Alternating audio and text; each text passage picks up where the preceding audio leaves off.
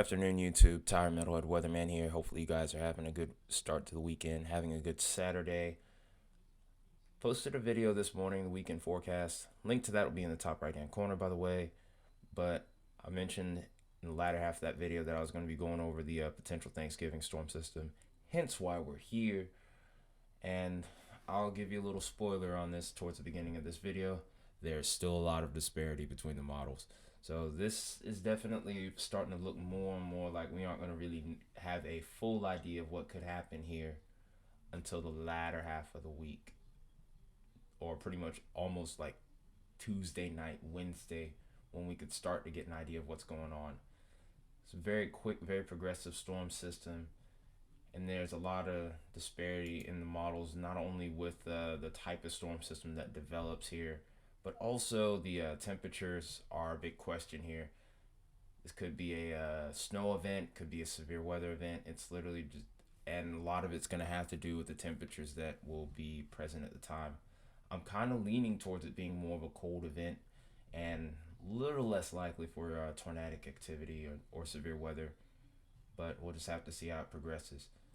So I'm on the Euro here. I've fast forwarded this all the way up to about the morning of the 23rd, which is when we can start looking for this storm system to develop here.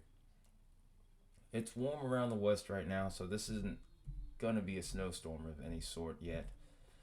And it's not really getting a big push of cold air until I'd say the afternoon of the 24th, right around the time where this low pressure really starts to present itself a little bit more as a bit more organized of a system, so to speak. There is a little bit of a warm sector, but it's not super impressive. I think far off to the south here could be a potential severe weather zone, but it's not. It's still so far away from the energy source here that I don't know, man. It's looking a little messy. Doesn't seem like there's a lot of energy that's far enough south to create the lift needed for severe weather right now.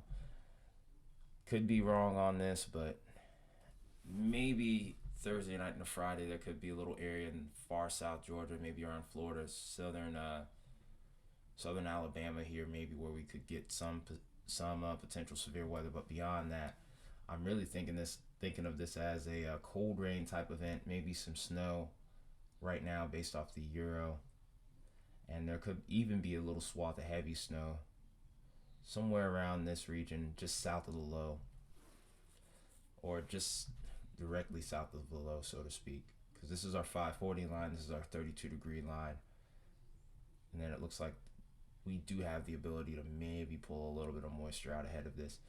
This will go a little bit more negatively tilted. Who knows what could happen? And there's still plenty of time in the model runs for that to occur. And this eventually does try to take a little bit more of a negative tilt, but it stays pretty neutral, so to speak. And that cold air ends up making its way into the southeast around the weekend of Thanksgiving, so could be some very interesting times for a lot of folks there. And there could be some lingering energy here. I don't see any moisture, but I definitely see a windy weekend, a very cold weekend for a lot of us. And then beyond that, we'll look towards the 29th, and we'll be seeing what looks to be a pretty robust storm system beginning to take shape around the northwest, and then maybe a little rampant piece of energy here where there could be potential for some severe weather to the south of it. Not sure about it yet, given how far out it is, so we'll have to just go from there. But that's what the Euro is showing us. GFS has a slightly different picture. GFS has two pieces of energy as opposed to one, and it looks like, based off what I'm seeing here, these two pieces of energy kind of interact here, but they become almost a closed off, maybe even a cut off low here, and this kind of leans into a little bit more of a severe weather threat. It's still kind of hard to hone in on it, but we'll have to watch that one a bit more closely. But once it becomes a cutoff low, it just kind of worked its way out. It's pretty progressive, so that could limit the severe weather potential. And then, of course, and here's where things also get interesting, the timing of this this system here on the 28th as opposed to the 29th on the Euro could speak volumes as to what happens next year. This often happens during the winter where we have these big disparities in time here.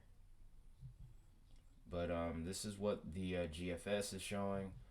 Pretty robust system forms on the 29th.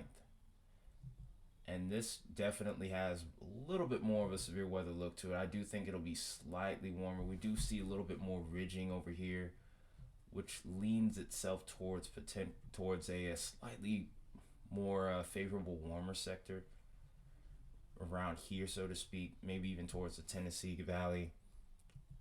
And that's basically how we could start December here. I don't know if that low really holds itself together well enough for that to be the case. And then from that point, it looks like the pattern will start to change getting into December. So it looks like the start of December could also be very active here. But it looks like the eastern half of the country will start to really warm up around this time. So we'll go ahead and look at the temperatures on both the GFS and the Euro here. Kind of get an idea as to what could be going on with that. If there's any way we could find some way to hammer down where severe weather potential could exist, or snow even, I think that will help the forecast a lot. So this is what we have going on right now. These are our current temperatures. Just gonna jump through these and start getting closer to the event. I mean, and it looks like we do try to start warming up around the southeast. And if there was anywhere where severe weather potential would exist, it would be more towards the southeast, especially towards this sector right here where we're getting into those mid 60s into upper 70s. It looks like maybe even some 60s are possible a little further north towards cities like Atlanta, Birmingham, etc. But we're gonna have to just play this by ear and just see how things progress. It's gonna be a tricky forecast either way. And here comes our storm system. We do have a warm sector here. And I do think there is potential for some storms to probably pop off here. And these could last into the overnight. I'm not so sure about the instability though. I think there should be sufficient instability. To what degree, I don't know still. I'm gonna start to lean into more of that as we draw closer into the event.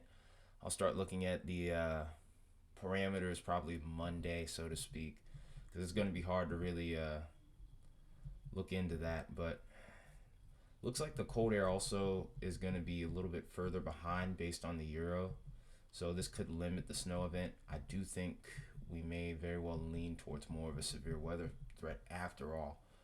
But that just shows, me having a go for advance and backtrack on this is just telling you a lot about how difficult this one is going to be to forecast here. But that is the Euro's temperatures. Look at the GFS, try to get some kind of comparison here. And I'll put this in a loop here, kind of roll this along a little bit smoother. So this is where we are on the 19th.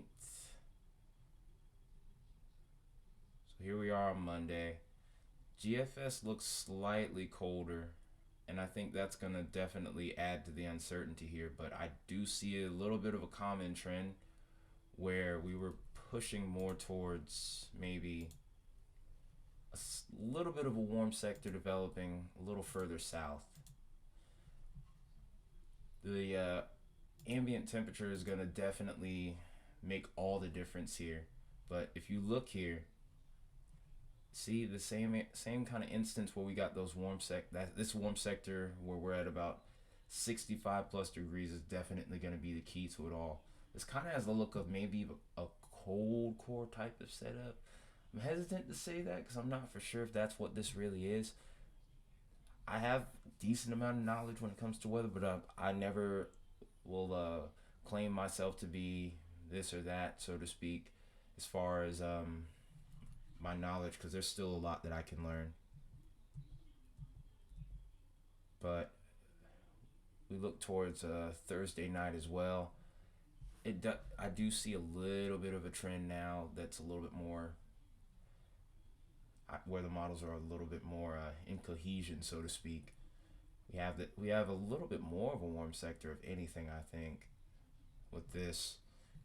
The warmer temperatures definitely look like they advance a little bit further to the north, and then of course here comes our front right in behind that here, leading into our cold weekend, and then from that point on, the rest is really hearsay. I don't really read into the temperatures once we get to about hour 300, and even then we're still looking pretty far out to be trying to get exact values of temperatures here. So it's gonna be a mess here, but let's go ahead and look at what the radar could look like potentially on both of these models here. We'll look at the precipitation type, and we'll run the GFS into a loop again. Let's kind of get an idea of what we could have in store here. Uh-oh. I've gotten a little further ahead of it than I would have liked to. Okay, I think we're good now. Trying to find a way to keep this computer running as smoothly as I can. And GFS definitely leans towards more of a severe weather event, definitely a cutoff low. No real snow threat, which is what I was starting to think, but I wasn't quite sure. Whereas the Euro, I'm almost certain is going to look entirely different from this, because that storm system does not become cut off. It does not become a closed storm. It just becomes a big bend in the trough.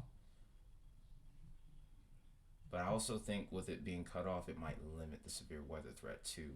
So there might be a bright side with the GFS. So maybe there's something to pull for there. When we look into the Euro, however,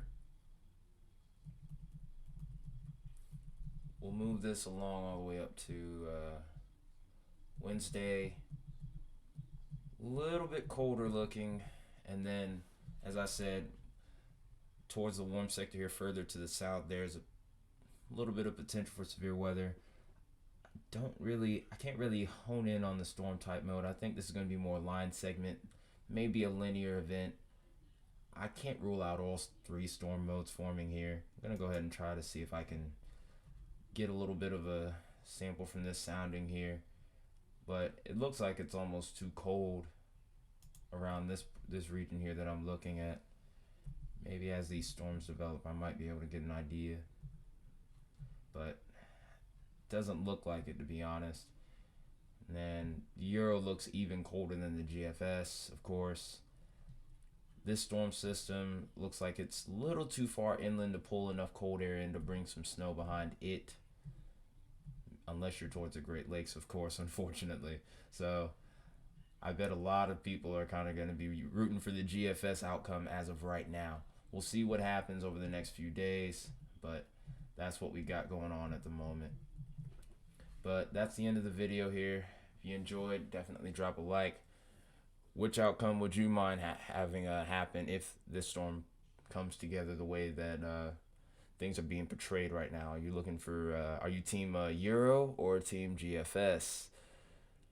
And of course, if you haven't already, subscribed.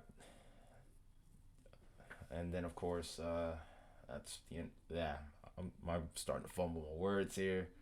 It's been a long weekend already, and there's still plenty more to do for me. But anyway, enough rambling. This has been Tyler Metalhead Weatherman. I will see you guys in the next video. You guys have a good Saturday.